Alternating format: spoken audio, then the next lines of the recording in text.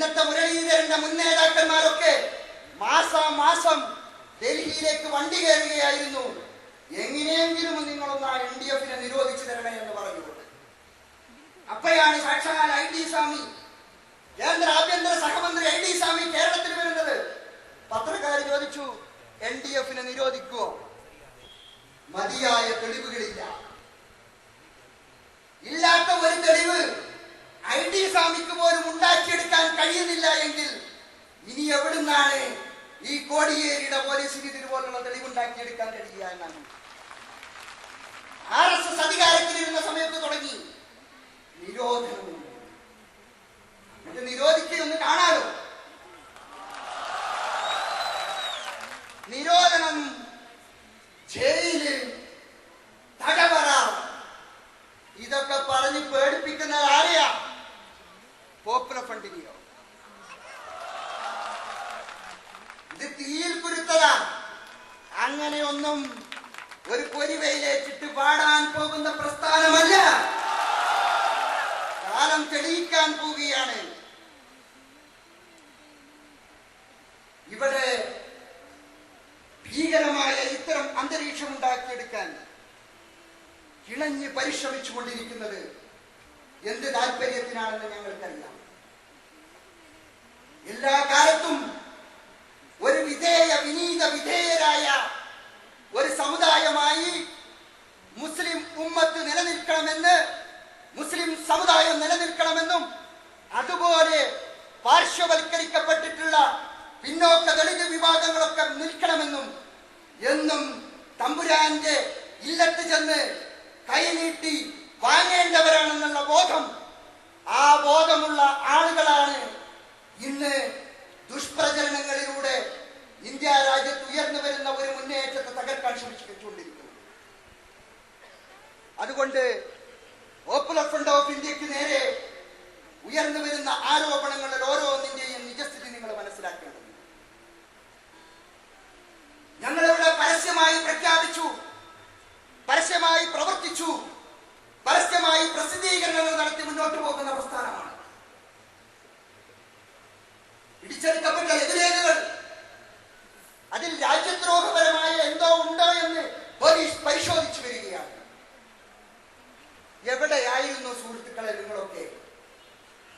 993 മുതൽ ജനസമക്ഷം വിതരണം ചെയ്ത ഒരു നോട്ടീസ്, ഒരു പോസ്റ്റർ, ഇതൊന്നും കാണാൻ നിങ്ങൾക്ക് കണ്ണില്ലായിരുന്നു.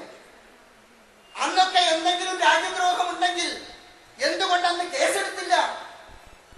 ഇപ്പോൾ പോപ്പുലർ ഫ്രണ്ട് ഓഫ് ഇന്ത്യയുടെ ഓഫീസിൽ വരുമ്പോൾ അവിടെ ഫയലിൽ സൂക്ഷിക്കുന്നു. എന്തെങ്കിലും രാജ്യദ്രോഹം ഉണ്ടെങ്കിൽ ഫയലിൽ സൂക്ഷിക്കാൻ മാത്രമുള്ള വിഡ്ഢികളാണ് ആ പോപ്പുലർ ഫ്രണ്ടുകാർ. അങ്ങനെയുണ്ടെങ്കിൽ ഞങ്ങൾ വേഗം കത്തിച്ചു കളയല്ലേ ചാനലൊക്കെ വരുമ്പോ? അത്രയൊക്കെ ബുദ്ധി ഞങ്ങൾക്കുണ്ടല്ലോ. ഞങ്ങൾ കത്തിച്ചു കളയും. എന്തൊക്കെയാ പറയുന്നത്? യാതൊരു വിധത്തിലുള്ള നിയന്ത്രണവുമില്ലാതെ കേൾക്കുന്നത് അപ്പോൾ ഒന്ന് ക്രോസ് വെരിഫിക്കേഷൻ പോലും നടത്താൻ കഴിയാത്ത വിധം ചെയ്തുകൊണ്ടിരിക്കുന്നത് വളരെ തെറ്റായ ഒരു നടപടിയാണ്. പിടിച്ചെടുക്കപ്പെട്ട CD-കൾ 93 മുതൽ ഞങ്ങൾ പൊതുസമൂഹത്തിൽ വിതരണം ചെയ്തതാണ്. ലഘുലേഖകൾ ഞങ്ങൾ പൊതുസമൂഹത്തിൽ വിതരണം ചെയ്തതാണ്. പ്രസിദ്ധീകരിച്ച പുസ്തകങ്ങൾ യൂണിറ്റി ഹൗസിൽ നിന്ന്, ഹെഡ്ക്വാർട്ടേഴ്സിൽ നിന്ന് പിടിച്ചെടുത്ത പുസ്തകം എന്താണെന്നറിയോ? മതം മാറാനുള്ള പുസ്തകമാണെന്നാണ്. കേരളത്തിലെ പത്രങ്ങളിലൊക്കെ അടിച്ചു വന്ന ലേഖനങ്ങളെല്ലാം കൂടി തുന്നിക്കെട്ടി ചേർത്തിട്ട് മതം മാറ്റത്തിന്റെ തെറ്റും ശരിയും എന്ന് പറഞ്ഞുകൊണ്ട് ലവ് ജിഹാദ് വന്ന കാലഘട്ടത്തിൽ ഒരു പുസ്തകം പ്രസിദ്ധീകരിച്ചതാണ്. മതം മാറ്റത്തിന് പ്രേരിപ്പിക്കുന്ന പുസ്തകമാണെന്ന് പ്രചരിപ്പിക്കുന്നത്. CD-കളും അതുപോലെ തന്നെ. എല്ലാവർക്കും അറിയേണ്ടത് LDFന്റെ പോപ്പുലർ ഫ്രണ്ടിന്റെ സാമ്പത്തിക സ്രോതസ്. പോപ്പുലർ ഫ്രണ്ട് ഓഫ് ഇന്ത്യയുടെ സാമ്പത്തിക സ്രോതസ് നിങ്ങൾക്കറിയണോ? ഇതാ ഈ മുന്നിലിരിക്കുന്ന പുരുഷാരമാണ് പോപ്പുലർ ഫ്രണ്ട് ഓഫ് ഇന്ത്യയുടെ സാമ്പത്തിക സ്രോതസ്. കാണിച്ച ബക്കറ്റിലേക്ക് ₹1 നാണയമിട്ടാൽ നടത്തിക്കൊണ്ടുപോകാവുന്ന പ്രവർത്തനങ്ങളെ പോപ്പുലർ ഫ്രണ്ട് ഓഫ് ഇന്ത്യ ഈ രാജ്യത്ത് നടത്തുന്നുള്ളൂ. പരിശോധിച്ച 17 കൊല്ലം. എന്തുകൊണ്ടാണ് ഇത് ദുരൂഹത ഉണ്ടാക്കിക്കൊണ്ടിരിക്കുന്നത്? ഓരോന്ന് വരുമ്പോഴും കോയമ്പത്തൂർ വന്നപ്പോൾ, മാറാട് വന്നപ്പോൾ, എന്തിനാണ് കാശ്മീർ അതിർത്തിയിൽ 4 പേര് കൊല്ലപ്പെട്ടപ്പോഴും അതും കൊണ്ടുവന്ന് ചാർത്താൻ നോക്കിയില്ലേ? എന്തുണ്ടായത്? ഒക്കെ ഓരോരുത്തർക്കും തിരിഞ്ഞു കുത്തുകയാണ്.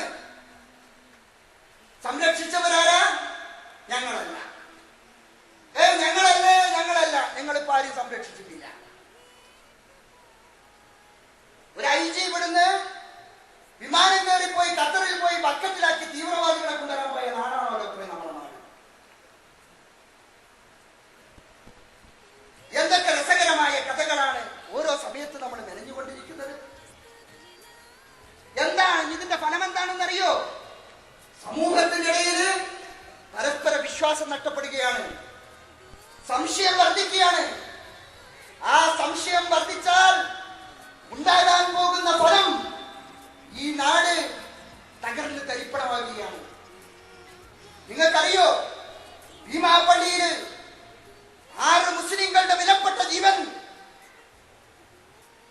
നമ്മുടെ കാക്കിക്കുള്ളിലെ കാബാലികന്മാർ വെടിവെച്ചിട്ടപ്പോൾ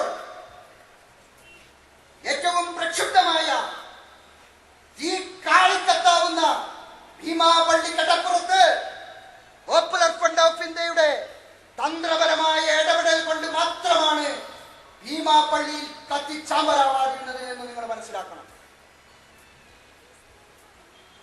കത്തുമായിരുന്നു കേരളം. അവിടെ അവസരോചിതമായി ഇടപെട്ടുകൊണ്ട് കേരളത്തിൽ തകർക്കാതിരിക്കാൻ ബുദ്ധിപൂർവ്വം ഇടപെട്ട കേരളത്തിലെ ഒരേ ഒരു പ്രസ്ഥാനം പോപ്പുലർ ഫ്രണ്ട് ഓഫ് ഇന്ത്യ ആയിരുന്നു. മറ്റാരെയും അന്ന് ഞങ്ങൾ കണ്ടിട്ടുണ്ടായിരുന്നില്ല. ഞങ്ങൾക്കറിയാം ഈ നാട്ടിലുണ്ടാകുന്ന ഓരോ സ്പാർക്കിങ്ങും എവിടേക്കാണ് ചെന്നെത്തുന്നത് എന്ന്, എവിടെയാണ് ഇത് ചെന്നുകൊള്ളുന്നത് എന്ന് ഞങ്ങൾക്കറിയാം. അതുകൊണ്ട് ഈ നാട് തകരാൻ ഞങ്ങൾ അനുവദിക്കില്ല. ഈ നാട്ടിനെ ഇല്ലാതാക്കാൻ ഞങ്ങൾ അനുവദിക്കില്ല. ഞങ്ങൾക്ക് വലിയ ലക്ഷ്യമുണ്ട്. ഒരു സമൂഹം അടിത്തട്ടിൽ കഴിഞ്ഞുകൊണ്ടിരിക്കുകയാണ്. ദാരിദ്ര്യത്തിന്റെ കഷ്ടപ്പാടിന്റെ നിരക്ഷരതയുടെ പ്രതീകങ്ങളായി ജീവിച്ചുകൊണ്ടിരിക്കുന്ന ഒരു സമൂഹമാണ്, ഒരു സമുദായമാണ് ഇന്ന് മുസ്ലിം സമുദായം. 63 കൊല്ലം ആരും തിരിഞ്ഞു നോക്കാനുണ്ടായിരുന്നില്ല. എല്ലാവരുടെയും നല്ല മുൻചുള്ള നല്ല മോഹന വാഗ്ദാനങ്ങൾ കേട്ട് മയങ്ങി ഉറങ്ങിയിരുന്ന ഒരു സമുദായത്തെ തട്ടി ഉണർത്തിക്കൊണ്ട്, ഇതാ സുഹൃത്തെ, നിനക്ക് സ്വാതന്ത്ര്യം വേണോ? ഇതാ പുതിയൊരു മൂവർണ്ണക്കൊടിയുണ്ട്, അതിലേക്ക് ഇങ്ങ് പോരൂ എന്ന് പറഞ്ഞ് പ്രവർത്തനം ആരംഭിച്ചുകൊണ്ട് ഇന്ത്യയുടെ മുക്കുമൂലകളിലേക്ക് ചെന്നതിന്റെ അസ്വസ്ഥതകളാണ് ഇപ്പോൾ പലരും പ്രകടിപ്പിക്കുന്നത്. അതിൽ ലഭിച്ചുകൊണ്ടിരിക്കുന്ന ജനസ്വീകാര്യതയാണ്. കേരളം കഴിഞ്ഞാൽ പിന്നെ ത്രിപുര കഴിഞ്ഞാൽ പിന്നെ ബംഗാള്, അതിനപ്പുറത്ത് രോഗമില്ലാത്ത കമ്മ്യൂണിസ്റ്റുകാരനൊന്നും ഇത് മനസ്സിലാകാൻ പോകുന്നില്ല. ഭരിച്ച് തരേണ്ടതൊക്കെ തന്നിട്ടുണ്ടല്ലോ ബംഗാളിൽ. ഈ സമുദായത്തിന് വാങ്ങിവെച്ചിട്ടുണ്ടല്ലോ. ബംഗാളിൽ ഇപ്പൊ എന്താ നടക്കുന്നത്?